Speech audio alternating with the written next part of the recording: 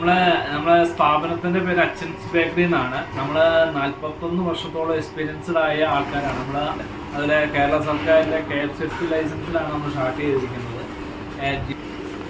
നമ്മുടെ യൂണിറ്റ് പ്രത്യേകത എന്ന് പറയുന്നത് നമുക്ക് മൊത്തം 22 സ്റ്റാഫുകൾ ഉള്ളതിൽ 10 പേരോളം ലേഡി സ്റ്റാഫുകളാണ്. എന്നുവെച്ചാൽ ലേഡി സ്റ്റാഫുകൾക്ക് ജോലി കിട്ടുക എന്ന് പറയുന്നത് നാളെ ഇവർക്കൊരു നമ്മളെ കൂട്ടത്തിൽ 10-12 വർഷമായ സ്റ്റാഫുകൾ വന്നിട്ട് ഇതുവരെ പോകാത്ത സ്റ്റാഫുകൾ ഇപ്പോഴും ഉണ്ട്.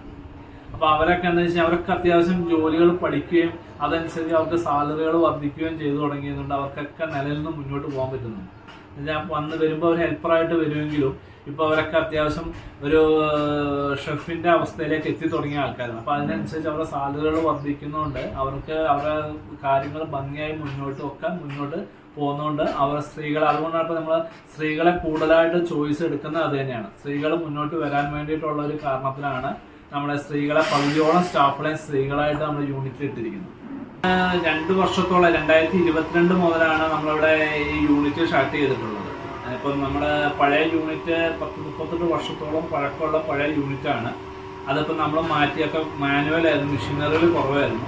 അപ്പോൾ ഞങ്ങൾ പുതിയ യൂണിറ്റിലേക്ക് മാറാനുള്ള കാരണം നമ്മളെ മെഷീൻ ആധുനികവൽക്കരണം വന്നത് മെഷീനറികളിലേക്ക് ചേഞ്ച് ചെയ്തു. മൊത്തം മാനുവലിൽ കുറച്ച് ആളുടെ മാൻ പവർ കുറച്ച ശേഷം മൊത്തം ആധുനിക മെഷീനിലേക്ക് വന്നിരിക്കുന്നത് 90% മെഷീനറികളാണ്.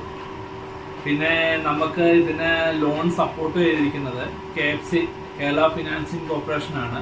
അവരാണ് നമുക്ക് ലോൺ ഇതിനെ സപ്പോർട്ട് ചെയ്തത്. ഏകദേശം ഞങ്ങൾക്കൊരു 2.5 CR അല്ലെങ്കിൽ 3 CR ഇൻവെസ്റ്റ്മെന്റ് യൂണിറ്റാണത് മൊത്തം, ലാൻഡ് അടക്കം. പിന്നെ 22 സ്റ്റാഫുകൾ ഡെയിലി എല്ലാം 365 ദിവസം വർക്കുകളുള്ള യൂണിറ്റുകളാണ്. പിന്നെ കുഴപ്പങ്ങളില്ല. വ്യവസായ വകുപ്പ് വളരെ സപ്പോർട്ടബിൾ ആയിരുന്നു.